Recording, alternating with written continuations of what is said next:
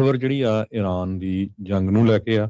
President Trump ਉਹਨਾਂ ਨੇ ਇਹ ਕਿਹਾ ਆ ਵੀ ਜਿਹੜੀ ਈਰਾਨ ਦੀ ਜੰਗ ਆ ਉਹਦੇ ਤੇ ਅਸੀਂ ਪੌਜ਼ ਕੀਤਾ ਹੈਗਾ। ਉਹਨਾਂ ਦੇ ਸਲਾਹਕਾਰਾਂ ਨੇ ਇਹ ਕਿਹਾ ਵੀ ਇਹ ਜਿਹੜੀ ਲੜਾਈ ਆ ਫॉर द ਟਾਈਮ ਬੀਇੰਗ ਬੰਦ ਕਰਨੀ ਚਾਹੀਦੀ ਆ। ਸੋ ਬਹੁਤ ਸਾਰੇ ਲੋਕ ਇਹ ਕਹਿ ਰਹੇ ਆ ਵੀ ਜੋ ਐਮੂਨੀਸ਼ਨ ਦਾ ਸਟਾਕ ਪਾਈਲ ਆ ਉਹ ਕਾਫੀ ਘਟਿਆ ਹੈਗਾ ਅਮਰੀਕਾ ਦਾ, ਤੇ ਇਸ ਪੌਜ਼ ਤੋਂ ਬਾਅਦ, ਇਸ ਲੜਾਈ ਨੂੰ ਰੋਕਣ ਤੋਂ ਬਾਅਦ ਤੇਲ ਦੀਆਂ ਕੀਮਤਾਂ ਜਿਹੜੀਆਂ ਆ ਉਹ 6% ਡਾਊਨ ਗਈਆਂ ਆ, ਤੇ ਉਹਦਾ ਜਿਹੜਾ ਸਟਾਕ ਮਾਰਕੀਟ ਦੇ ਉੱਤੇ ਵੀ ਅੱਜ ਕਾਫੀ ਵੱਡਾ ਅਸਰ ਆ। 500 ਪੁਆਇੰਟ ਤੋਂ ਵੱਧ ਜਿਹੜੀ ਸਟਾਕ ਮਾਰਕੀਟ ਡਾਊ ਜੋਨਸ ਇੰਡਸਟਰੀਅਲ ਉੱਪਰ ਗਈ ਹੈਗੀ ਆ। ਜਿਹੜਾ ਬ੍ਰੈਂਟ ਆਇਲ ਆ ਉਹ $6.20 ਯਾਨੀ ਕਿ 6.4% ਡਿੱਗਿਆ, ਤੇ ਹੁਣ ਅੱਜ $90.58 ਦੇ ਉੱਤੇ ਹੈਗਾ ਆ। US West Texas intermediate crude oil $83.51 ਤੇ ਆ, ਉਹ $5.80 ਡਾਊਨ ਹੈਗਾ ਆ। ਬ੍ਰੈਂਟ ਜਿਹੜਾ ਆਇਲ ਸੀਗਾ ਇਹ ਇੱਕ ਟਾਈਮ ਦੇ ਉੱਤੇ $100 ਪਰ ਬੈਰਲ ਤੱਕ ਪਹੁੰਚ ਗਿਆ ਸੀਗਾ। ਸੋ ਕਿਉਂਕਿ ਸਟੇਟ ਆਫ ਹਾਰਮਜ਼ ਦੇ ਵਿੱਚ ਟੋਟਲੀ ਜਿਹੜਾ ਸ਼ਟ ਡਾਊਨ ਕੀਤਾ ਗਿਆ ਸੀ। ਹੁਣ ਪਤਾ ਨਹੀਂ ਕੀ ਸਮਝੌਤਾ ਹੋਇਆ, ਆਪਣੇ ਆਪ ਹੀ ਜਿਹੜਾ ਹੈ ਪ੍ਰੈਜ਼ੀਡੈਂਟ ਟਰੰਪ ਉਹਨਾਂ ਨੇ ਇਸ ਜਿਹੜੀ ਬੰਬਾਰਡਮੈਂਟ ਆ ਉਸ ਨੂੰ ਬੰਦ ਕਰ ਦਿੱਤਾ ਹੈਗਾ। ਯੂਐਸ ਦੇ ਐਮਬੈਸਡਰ ਜਿਹੜੇ ਯੂਨਾਈਟਿਡ ਨੇਸ਼ਨ ਨੂੰ ਮਾਈਕ ਵਾਲਜ਼ ਆ, ਉਹਨਾਂ ਨੇ ਕਿਹਾ ਵੀ ਪ੍ਰੈਜ਼ੀਡੈਂਟ ਡੋਨਲਡ ਟਰੰਪ ਉਹਨਾਂ ਨੇ ਡਿਸਾਈਡ ਕੀਤਾ ਹੈ ਇਸ ਅਟੈਕ ਨੂੰ ਪੌਜ਼ ਕਰਨ ਦੇ ਲਈ, ਤਾਂ ਕਿ ਡਿਪਲੋਮੇਸੀ ਨੂੰ ਹੋਰ ਸਮਾਂ ਦਿੱਤਾ ਜਾ ਸਕੇ। ਸੋ ਇਹ ਡਿਪਲੋਮੇਸੀ ਦਾ ਨੂੰ ਲੈ ਕੇ ਹੁਣ ਇਹ ਜੋ ਆ ਬੰਬਾਰਡਮੈਂਟ ਬੰਦ ਕੀਤੀ ਗਈ ਜੀ। ਬਿਲਕੁਲ। ਇਹ ਹੁਣ ਉਦਾਂ ਨਾਲ ਉਹਨਾਂ ਨੇ ਫਿਰ ਉਹ ਬਿਆਨ ਤਾਂ ਜਿਹੜਾ ਉਹ ਦਿੱਤਾ ਵੀ ਜੇ ਗੱਲਬਾਤ ਦੇ ਵਿੱਚ ਕੁਛ ਨਾ ਬਣਿਆ ਤਾਂ ਸਟਰੋਂਗ ਮਿਲਟਰੀ ਐਕਸ਼ਨ ਈਰਾਨ ਦੇ ਉਲਟ ਜਿਹੜੇ ਉਹ ਲਵਾਂਗੇ। ਇਹ ਸੇਮ ਹੀ ਉਹੀ ਜਿਹੜੇ ਉਹ ਬਿਆਨ ਆ। ਅੰਦਰ ਖਾਤੇ ਜਿਹੜਾ ਹਰਜੋਤ ਸਿੰਘ ਜੀ, ਅਮਰੀਕਾ ਦੇ ਲੋਕਾਂ ਦਾ ਇਸ ਟਾਈਮ ਹਾਜ਼ਮਾ ਨਹੀਂ ਹੈਗਾ। ਇਹ ਜਿਹੜੀ ਉਹ ਲੜਾਈ ਨੂੰ ਜਿਹੜਾ ਉਹ ਲੈ ਕੇ ਇਹ ਵੀ ਉਹਨਾਂ ਨੂੰ ਕੰਨ ਤੇ ਲਿਖਿਆ ਪੜ੍ਹਿਆ ਨਜ਼ਰ ਆ ਰਿਹਾ ਆ, ਤੇ ਲੱਗਦਾ ਵੀ ਕੁਛ ਜਿਹੜੇ ਐਡਵਾਈਜ਼ਰਸ ਆ ਉਹਨਾਂ ਨੂੰ ਹੁਣ ਇਦਾਂ ਦੀ ਜਿਹੜੀ ਉਹ ਸਲਾਹ ਦੇ ਰਹੇ ਆ ਜਿਨ੍ਹਾਂ ਦੀ ਇਹ ਸੁਣ ਰਹੇ ਆ ਵੀ ਆਪਣਾ ਲੰਮਾ ਸਮਾਂ ਚੱਲਣਾ ਨਹੀਂ। ਹੁਣ $1 ਟ੍ਰਿਲੀਅਨ ਹਰਜੋਤ ਸਿੰਘ ਜੀ ਐਕਸਟਰਾ ਰਾਸ਼ੀ ਦੀ ਮੰਗ ਕਰੀ ਬੈਠੇ ਹੋਏ ਆ ਵੀ ਅਸੀਂ ਬੰਬ ਸਿੱਟਣੇ, ਅਸੀਂ ਆਹ ਕਰਨਾ, ਅਸੀਂ ਉਹ ਕਰਨਾ ਆ। ਪਰ ਹਾਲ ਦੀ ਘੜੀ ਜਿਹੜਾ ਸਟੇਟ ਆਫ ਹਾਰਮਜ਼ ਬਿਆਨ ਦੇਣਾ ਹੋਰ ਗੱਲ ਆ, ਅਸਲ ਦੇ ਵਿੱਚ ਸੁਰੱਖਿਆ ਪ੍ਰਦਾਨ ਕਰਨੀ ਉੱਥੇ ਦੇ ਵੈਸਲਸ ਨੂੰ, ਉਹ ਇੱਕ ਡਿਫਰੈਂਟ ਜਿਹੜੀ ਉਹ ਗੱਲ ਜਿਹੜੀ ਹਰਜੋਤ ਸਿੰਘ ਜੀ ਹੈਗੀ ਆ।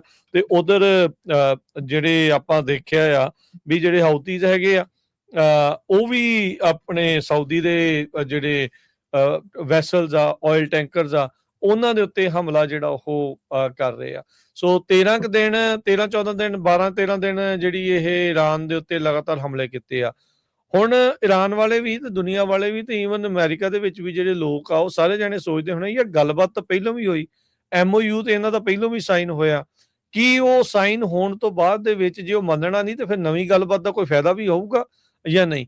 ਇਸ ਮੌਕੇ ਕਿਹੜਾ ਵਿਚੋਲਾ ਜਿਹੜਾ ਉੱਭਰ ਕੇ ਸਾਹਮਣੇ ਆਊਗਾ ਇਹ ਦੇਖਣ ਵਾਲੀ ਗੱਲ ਰਹੇਗੀ, ਕਿਉਂਕਿ ਪਿਛਲੀ ਵਿਚੋਲਗਰੀ ਦੇ ਲਈ ਪਾਕਿਸਤਾਨ ਆ ਉਹ $10 ਬਿਲੀਅਨ ਉਹਨਾਂ ਨੇ ਮੰਗੇ ਆ US ਟ੍ਰੈਜਰੀ ਡਿਪਾਰਟਮੈਂਟ ਦੇ ਕੋਲੋਂ। ਸੋ ਪਰ US ਨੇ ਹਾਲ ਦੀ ਘੜੀ ਈਰਾਨ ਦੇ ਉੱਤੇ ਜਿਹੜੇ ਆਪਣੇ ਸਟ੍ਰਾਈਕਸ ਆ, ਹਮਲੇ ਆ, ਉਹਨਾਂ ਨੂੰ ਰੋਕ ਦਿੱਤਾ ਹੈਗਾ ਆ, ਜਿਹੜੀਆਂ ਇਹ ਸਟ੍ਰਾਈਕਸ ਕਰ ਰਹੇ ਸੀਗੇ। ਡਿਪਲੀਟਡ ਮਿਊਨੀਸ਼ਨਸ, ਜਿੱਦਾਂ ਹਰਜੋਤ ਸਿੰਘ ਜੀ ਤੁਸੀਂ ਦੱਸਿਆ ਵੀ ਬਹੁਤ ਸਾਰੀਆਂ ਜਿਹੜੀਆਂ ਰਿਪੋਰਟਸ ਆ ਉਹ ਇਹ ਦੱਸ ਰਹੀਆਂ ਵੀ US ਨੇ ਇਹ ਫੈਸਲਾ ਇਸ ਮੁੱਖ ਤੌਰ ਦੇ ਉੱਤੇ ਜਿਹੜਾ ਉਹ ਲਿਆ ਆ। ਹਜ਼ਾਰਾਂ ਦੀ ਤਾਦਾਦ ਦੇ ਵਿੱਚ ਅਮਰੀਕਾ ਨੇ ਮਿਜ਼ਾਈਲਸ ਜਿਹੜੀਆਂ ਆ ਉਹ ਆਲਰੇਡੀ ਈਰਾਨ ਦੇ ਉਲਟ ਵਰ ਚੁੱਕੀਆਂ ਆ।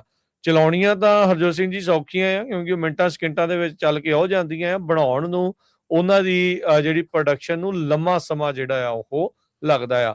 ਸਟੇਟ ਆਫ ਹਾਰਮਜ਼ ਅਜੇ ਵੀ ਕਲੋਜ਼ਡ ਹੈਗਾ ਆ। ਇਕਨੋਮਿਕ ਇੰਪੈਕਟ ਜਿੱਦਾਂ ਤੁਸੀਂ ਦੱਸਿਆ ਵੀ ਤੇਲ ਦੀਆਂ ਕੀਮਤਾਂ ਘਟੀਆਂ ਤਾਂ ਜਿਹੜੀਆਂ ਉਹ ਜ਼ਰੂਰ ਆ, ਉਧਰ ਜਿਹੜੀਆਂ ਰੀਜਨਲ ਟੈਂਸ਼ਨਸ ਆ ਉਹ ਹੋਰ ਵੀ ਜ਼ਿਆਦਾ ਜਿਹੜੀਆਂ ਇਸ ਟਾਈਮ ਉਧਰ ਵੱਧ ਰਹੀਆਂ ਆ।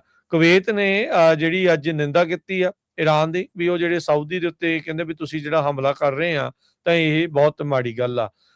ਕੱਲ ਪਰਸੋਂ ਦੀ ਜਿਹੜਾ ਮੁਹੰਮਦ ਬਿਨ ਸਲਮਾਨ ਦੀ ਉਹ ਪੁਰਾਣੀ ਵੀਡੀਓ ਇੱਕ ਇੰਟਰਵਿਊ ਦਾ ਜਿਹੜਾ ਅੰਸ਼ ਆ ਉਹ ਬਹੁਤ ਜ਼ਿਆਦਾ ਵਾਇਰਲ ਹੋ ਰਿਹਾ, ਜਿਸ ਦੇ ਵਿੱਚ ਉਹ ਇਹ ਕਹਿ ਰਿਹਾ ਵੀ ਜੇ ਈਰਾਨ ਖਾਸ ਕਰਕੇ ਨਿਊਕਲੀਅਰ ਨੂੰ ਲੈ ਕੇ, ਕਿਉਂਕਿ ਇਹਨਾਂ ਦਾ ਨਿਊਕਲੀਅਰ ਸਮਝੌਤਾ ਹੁਣੇ ਅਮਰੀਕਾ ਦੇ ਨਾਲ ਵੀ ਹੋਇਆ ਆ, ਹੋ ਸਕਦਾ ਵੀ ਸ਼ਾਇਦ ਈਰਾਨ ਤੋਂ ਪਹਿਲਾਂ ਇਹਨਾਂ ਦੇ ਕੋਲ ਹੀ ਨਿਊਕਲੀਅਰ ਹਥਿਆਰ ਆ ਜਾਣ, ਪਰ ਉਹਦੀ ਉਹ ਜਿਹੜੀ ਇੰਟਰਵਿਊ ਦਾ ਅੰਸ਼ ਬਹੁਤ ਜ਼ਿਆਦਾ ਵਾਇਰਲ ਹੋ ਰਿਹਾ ਆ, ਜਿਹਦੇ ਵਿੱਚ ਇਹਨੂੰ ਪੁੱਛਿਆ ਗਿਆ ਵੀ ਜੇ ਈਰਾਨ ਨਿਊਕਲੀਅਰ ਐਸਪੀਰੇਸ਼ਨ ਨੂੰ ਲੈ ਕੇ ਕਿੱਦਾਂ ਆ। ਕਹਿੰਦਾ ਵੀ ਜੇ ਈਰਾਨ ਕਿਸੇ ਵੀ ਤਰੀਕੇ ਦਾ ਜਿਹੜਾ ਨਿਊਕਲੀਅਰ ਬੰਬ ਬਣਾਉਂਦਾ ਆ, ਪਰਮਾਣੂ ਹਥਿਆਰ ਬਣਾਉਂਦਾ ਆ, ਤਾਂ ਕਹਿੰਦੇ ਅਸੀਂ ਵੀ ਬਹੁਤ ਜਲਦ ਫਿਰ ਉਸ ਤੋਂ ਬਾਅਦ 'ਚ ਜਿਹੜਾ ਆਪਣਾ ਨਿਊਕਲੀਅਰ ਵੈਪਨ ਆ ਉਹ ਬਣਾ ਲਵਾਂਗੇ। ਸੋ ਡਰੋਨ ਅਟੈਕਸ ਲਗਾਤਾਰ ਈਰਾਨ ਵਾਲੇ ਸਾਊਦੀ ਜਿਹੜੀਆਂ ਆਇਲ ਫੈਸਿਲਿਟੀਜ਼ ਦੇ ਉੱਤੇ ਕਰ ਰਹੇ ਆ।